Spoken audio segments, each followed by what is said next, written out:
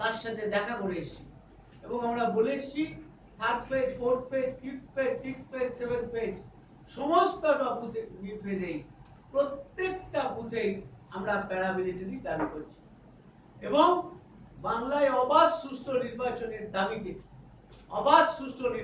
দাবিতে পক্ষপাত দুষ্ট অফিসারদের অবিলম্বে নির্বাচন প্রক্রিয়া থেকে দূরে সরে রাখার আবেদন করছি।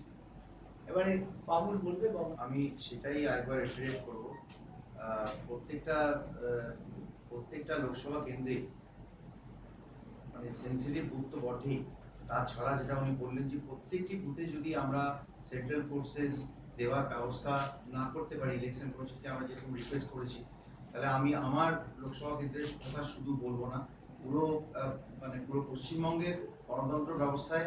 আর সবচেয়ে বড় কথা এবার আমরা দেখছি যে মানুষের মধ্যে ভোট দেওয়ার যে স্পৃহাটা, এই যে রাস্তায় বসে বিক্ষোভ করা যে আমাদের ভোট দেওয়ার ব্যবস্থা করুন, বিভিন্ন জায়গায় ভোট কর্মীরা আন্দোলন করছে, এটা কিন্তু একটা জনজাগরণের রূপ নিয়েছে এবং এর পুরোটাই কিন্তু মমতা ব্যানার্জি এবং ভারত এই পশ্চিমবঙ্গের ল অ্যান্ড অর্ডার সিচুয়েশন বা যেভাবে পুলিশকে ব্যবহার করছে মানুষকে অত্যাচার করার জন্য, তার বিরুদ্ধেই কিন্তু হচ্ছে।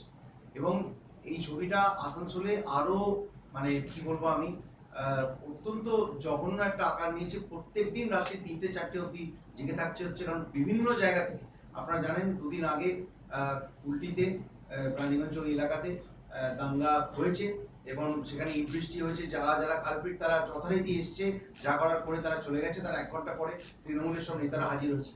গত বছর আমি এরকমই ভিকটিমদের কাছে পৌঁছানোর চেষ্টা করেছিলাম বলে বিজেপি কি সাম্প্রদায়িক দল থেকে আরম্ভ করে আমার উপর আক্রমণ সবকিছু হয়েছিল। এবছর আমি এই দুদিন ওদেরকে কোনো সুযোগই দিন আমি ঘর থেকেই বেরোয়নি, সমস্ত সাংগঠনিক বৈঠক আমি ঘরে করেছি এবং তা সত্ত্বেও কিন্তু ফ্রাস্ট্রেশন এরা বিকেলবেলা মারধর করেছে, বহু মানুষ ইনজিওর্ড হয়েছে এবং তারপরে যাদেরকে মারা হয়েছে তাদেরকে